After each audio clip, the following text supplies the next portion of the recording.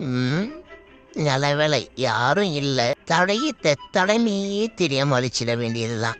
வெளியே போய் விளையாடிட்டு ஊரு வந்து சேர்ந்தாலும் இவங்க கிட்ட மாட்டிக்காம இருக்கிறதுக்கு நம்ம என்னென்ன வேலை பார்க்க வேண்டியது இருக்கு. ஒரு குழியில போட்டு வழக்கம் போல குட் பாயா காமிச்சிக்க வேண்டியதுதான். அடிக்கிற வெயில்ல மண்ணில் இருக்கிற மசுரெல்லாம் கிளம்புது போயிட மாட்டேங்குது. தண்ணியை ஊத்தி கூல் பண்ணிக்க வேண்டியதுதான்.